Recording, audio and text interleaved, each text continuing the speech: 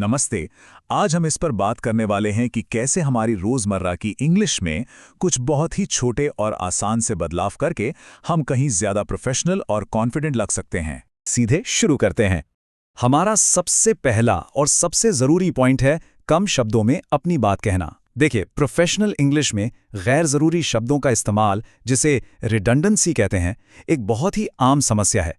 चलिए देखते हैं कि हम इससे कैसे बच सकते हैं। पहला नियम कजिन शब्द से जुड़ा है। जब हम कहते हैं ही इज माई कजिन या शी इज माई कजिन, तो ही और शी से जेंडर तो पहले ही पता चल जाता है ना? तो इसलिए ब्रदर या सिस्टर जोड़ना बिल्कुल भी जरूरी नहीं है। अब देखिए, यहाँ ये बात कितनी साफ हो जाती है कि सही वर्जन कितना ज्यादा साफ सुथरा और डायरेक्ट है। ही इज माई कजिन सुनना he is my cousin brother से कहीं ज्यादा नेचुरल और स्टैंडर्ड लगता है। चलिए आगे बढ़ते हैं और देखते हैं कि ये बात कहाँ तक जाती है। रिडंडेंसी का एक और रूप है दो ऐसे शब्दों को एक साथ इस्तेमाल करना जिनका मतलब एक जैसा या लगभग एक जैसा ही हो। यह एक आम गलती है जो हमारी बात के असर को कम कर सकती है। चलिए इन उदाहरणों को देखते हैं। ब्लंडर शब्द का मतलब ही होता है एक बड़ी गलती, तो मिस्टेक शब्द जोड़ना गैर जरूरी है। उसी तरह मॉब का मतलब ही है एक गुस्साई भीड़, तो आपको एंग्री जोड़ने की जरूरत नहीं है। और कावर्ड शब्द अपने आप में एक नाउन है जो एक व्यक्ति का वर्णन करता है, इसलिए उसके बाद पर्सन लगाना भी रिडंडेंट है। मतलब यहां सबसे जरूरी बात यह है कि हमें शब्द की अपनी ताकत पर भरोसा करना होगा। अब हम अपने अगले सेक्शन पर आते हैं, सही शब्द चुनना। यहाँ हम उन आम एक्सप्रेशंस पर ध्यान देंगे जिन्हें हम अक्सर इस्तेमाल करते हैं, लेकिन प्रोफेशनल इंग्लिश में उनके लिए ज्यादा सटीक और स्टैंडर्ड विकल्प मौजूद हैं। चलिए इस टेबल को एक एक करके समझते हैं। एग्जाम्स के लिए सही टर्म पास मार्क्स है, पासिंग मार्क्स नहीं। दो जगहों को जोड़ने वाली सड़क लिंक रोड होती है, लिंकिंग रोड नहीं। हम डॉक्यूमेंट साइन करते हैं, लेकिन जो हम लिखते हैं उस नाउन को सिग्नेचर कहते हैं। इसी तरह फोटोग्राफ इमेज के लिए ज्यादा फॉर्मल और सही शब्द है। और जेब काटने वाले को पिक पॉकेटर कहते हैं, पिक पॉकेटर नहीं। ये छोटे छोटे सुधार भाषा को बहुत पॉलिश्ड बना देते हैं। हमारा अगला टॉपिक एक छोटा सा लेटर है जो बहुत कंफ्यूजन पैदा करता है, लेटर एस। हम देखेंगे कि प्लूरल बनाने के लिए इसे कब इस्तेमाल करना है और इससे भी ज्यादा जरूरी, इसे कब बिल्कुल इस्तेमाल नहीं करना है। इंग्लिश में कुछ नाउन्स को अनकाउंटेबल माना जाता है। इसका मतलब है कि वे किसी मटेरियल या ग्रुप को एक सिंगल कॉन्सेप्ट के रूप में बताते हैं। इसी वजह से हम उन्हें प्लूरल बनाने के लिए एस नहीं लगाते। और यहां ये पॉइंट बिल्कुल साफ हो जाता है।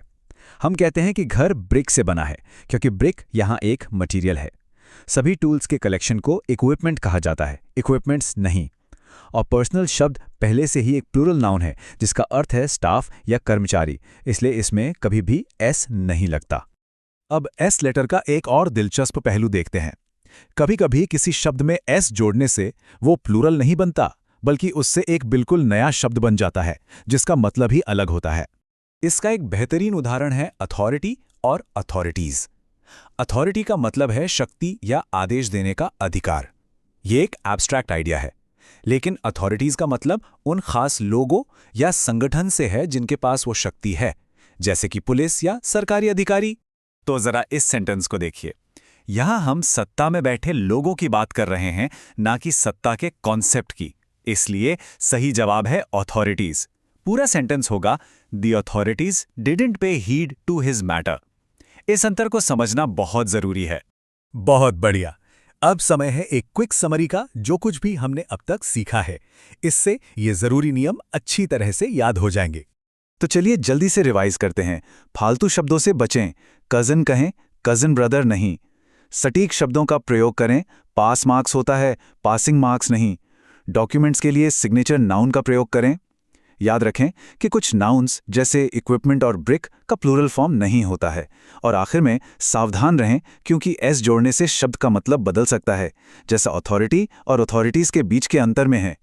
याद रखिएगा, ये छोटे छोटे बदलाव आपकी इंग्लिश पर बहुत बड़ा असर डाल सकते हैं। इन सरल नियमों का अभ्यास करते रहिए और फिर देखिएगा कि बोलने और लिखने में कॉन्फिडेंस कितना बढ़ जाता है। प्रोफेशनल कम्युनिकेशन में अक्सर यही छोटी छोटी बातें सबसे ज्यादा मायने रखती हैं। और अंत में एक विचार, इंग्लिश की और कौन सी आम गलतियां हैं जिनके बारे में लोग अक्सर जानना चाहते हैं? सोचते रहना, सवाल पूछते रहना और खुद को बेहतर बनाते रहना, ये सफ़र जारी रहना चाहिए।